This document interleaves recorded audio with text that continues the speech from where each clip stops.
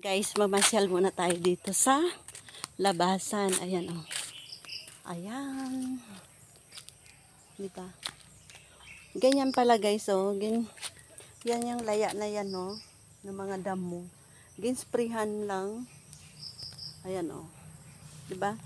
Dati yan siya guys oh. Yan. May pang spray siya. Yun. Hindi ko alam kung anong pangalan ng kanilang pang spray. Ayan. Pero talagang ano siya, oh, effective siya hanggang doon. Siguro iyan ang pinakaano, pero tutubo pa rin yan siya.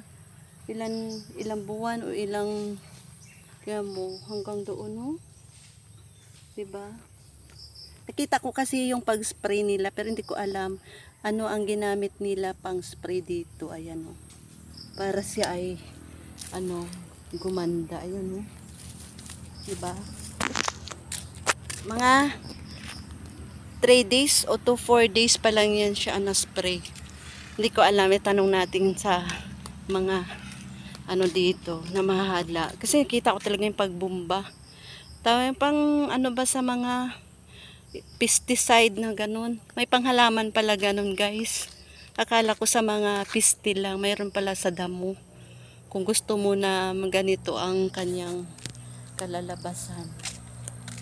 Yan, spray lang. Pero hindi ko alam ang nilagay doon na ano tawag nito na pangalan ng pang pop spray nila. Ayun guys, oh. Di ba? Hindi ko alam forever ba siya o ilang months lang. Kasi ganda para siyang lumuwag lang ba. Ayan na kagaya ng green na yan. Diba? Yun. Oh, kaya yun. Lalabas muna tayo kay may kailangan tayo dito sa labas lang. Hindi tayo malingki kaya wala pa tayong budget ngayon. Ayan, may kailangan lang si Ami dito. Kaya ang ating ano ngayon, mamasyal muna tayo dito. Ayan guys, oh. Diba lumuwag na siya, oh.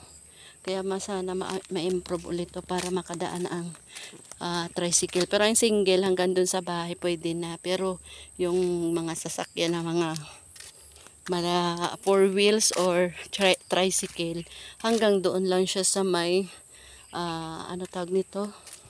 Hanggang dyan lang sa may pathway ng court. Ayan. See you na ang next upload ko guys. Pa-share na lang ng aking mga vlog. Ayan guys, thank you sa mga viewers ni Ami Vlog. Ayan. Bye bye.